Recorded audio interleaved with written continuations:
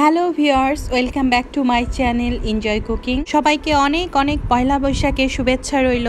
সামনে বৈশাখ মাস আসছে, সো ইলিশ মাছের একটা রেসিপি তো থাকতেই হবে। ইলিশ মাছ ফ্রাই তো আমরা কেমন করে করতে হয় সবাই জানি, আর ইলিশ মাছের অনেক পদই জানি। তো একটু অন্যরকমভাবে আর একদম ইজিলি ঝামেলা ছাড়া একটা ইলিশ মাছের কোরমা রান্না করে আপনাদেরকে দেখিয়েছি। আশা করছি আমার এই রেসিপিটি আপনাদের ভালো লাগবে, আর অবশ্যই ভালো লাগলে আমাকে কমেন্ট বক্সে কমেন্ট করে জানাবেন আপনাদের কেমন লেগেছে, আর অবশ্যই আমার সাথে থাকবেন। আর এই কোরমাটি কিন্তু রাঁধতে খুবই অল্প সময় লাগে, একদমই চটজলদি রান্না হয়ে যায়, কোনো ঝামেলাই নাই, আর খুবই সহজে রান্না করা যায়। আর মোট কথা হলো কোরমাটি খেতে খুবই সুস্বাদু। তাহলে আর কথা না বাড়িয়ে রেসিপিতে চলে যায়। তো ফার্স্টে যেটা লাগবে ইলিশ মাছ, অবভিয়াসলি, কারণ ইলিশ মাছের কোরমা। মিডিয়াম সাইজের ইলিশ মাছ নিয়েছি আমি, যতগুলো টুকরা হয়েছিল মাথা বাদে সবগুলোই নিয়েছি। এখন এটাকে ম্যারিনেট করব। এর জন্য আমি 200 গ্রামের মতো টক দই নিয়েছি। এখানে 5 to 6 টেবিল স্পুন আপনারা টক দই নিলেই হবে।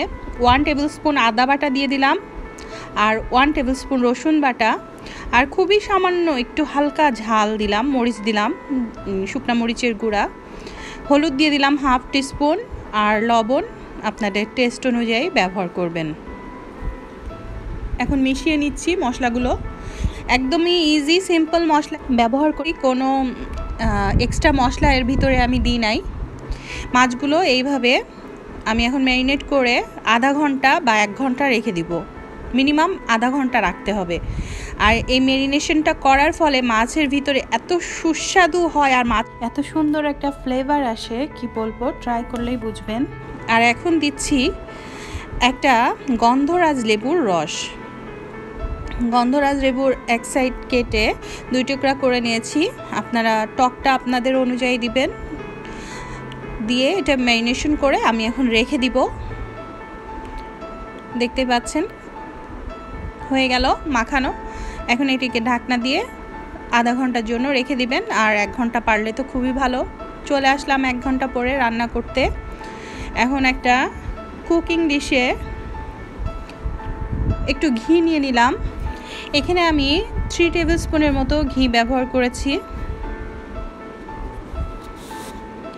আমি আসলে এখানে আগে একটু বেরেস্তা করব, এই জন্য একটু তেলও দিয়ে দিচ্ছি। আপনারা যদি কোরমাটাই করতে চান শুধু অনলি ঘি দিয়েই করতে পারেন। এখন এর ভিতরে দিয়ে দিচ্ছি পেঁয়াজ বাটা। এখানে আমি 3টা বড় বড় সাইজের পেঁয়াজ এইভাবে ঠিক ব্লেন্ডারে ব্লেন্ড করেছিলাম। দেখুন একটুও পানি নাই, পেঁয়াজগুলো একদম খুবই শুকনোভাবে ব্লেন্ড করা হয়েছে। আপনারা পেঁয়াজটা আপনার পাটায়ও আপনারা বেটে নিতে পারেন। এখন এটি কিছুক্ষণ ভাজবো, কিছুক্ষণ ভেজে নেব পেঁয়াজের কাঁচা গন্ধটা চলে যাওয়ার জন্য। এটা একদম লাল লাল করে ভাজার দরকার নাই। কিছুক্ষণ ভাজা হয়ে গেলে যখন দেখবেন যে তেলটা উঠে আসছে পেঁয়াজের উপরে, সেই মুহূর্তে ম্যারিনেট করা মাছগুলো এই পেঁয়াজের ভিতরে দিয়ে দিতে হবে। একদম ইজি, তাই না? কোনো ঝামেলাই নেই আসলেই। আর এই রেসিপিটি খুবই সহজ, আর খেতেও চটজলদি রান্না করা যায়, খেতেও খুবই টেস্টি। ট্রাই করলেই বুঝবেন। আর এত সহজে ইলিশ মাছের কোরমা রান্না করা যায় আসলে আমরা অনেকে চিন্তাও করতে পারি না। সত্যি বলছি, আপনারা ট্রাই করে দেখবেন। আর পয়লা বৈশাখ সামনে, অনেক ঝামেলা, অনেক কিছু রান্না করতে হয়, ভাজি করতে হয়, পান্তা ভাত, অনেক কিছু করা লাগে। এখন কিছু কাঁচামরিচ দিয়ে দিচ্ছি আস্ত আস্ত। কাঁচামরিচ কখনোই ফেলে দিবেন না, আস্তই দিবেন, নাহলে ঝাল হয়ে যাবে। কোরমা কখনো ঝাল হয় না। এখন ঢাকনা দিয়ে 10 মিনিটের জন্য লো হিটে রেখে দিয়েছিলাম। 10 মিনিট পরে দেখতে পাচ্ছেন এখন মাছগুলোকে হালকা হাতে উল্টে দিতে হবে, কারণ ইলিশ মাছ একটু রান্না করলেই কিন্তু নরম হয়ে যায়, ভেঙে যাওয়ার সম্ভাবনা থাকে। সো খুবই হালকা হাতে মাছগুলোকে উল্টে দিতে হবে।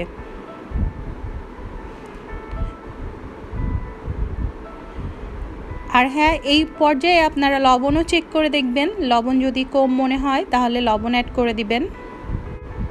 হয়ে গেল। এখন এটাকে আবার ঢাকনা দিয়ে আরও 10 মিনিটের জন্য মিডিয়াম হিটে রান্না করব।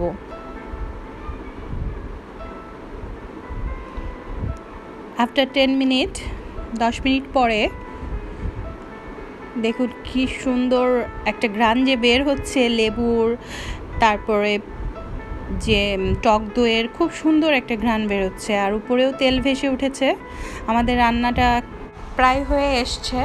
সুস্বাদু ইলিশ মাছের কোরমা, আর অবশ্যই ট্রাই করবেন, করে আমাকে জানাবেন।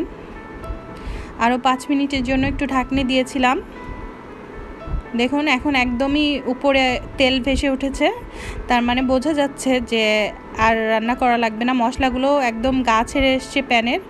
এখন উঠিয়ে পরিবেশন করুন সুস্বাদু ইলিশ মাছের কোরমা। আর বৈশাখে অবশ্যই এই রেসিপিটি ট্রাই করবেন, আর ভালো লাগলে অবশ্যই আমার চ্যানেলটি সাবস্ক্রাইব করবেন। Thank you for watching.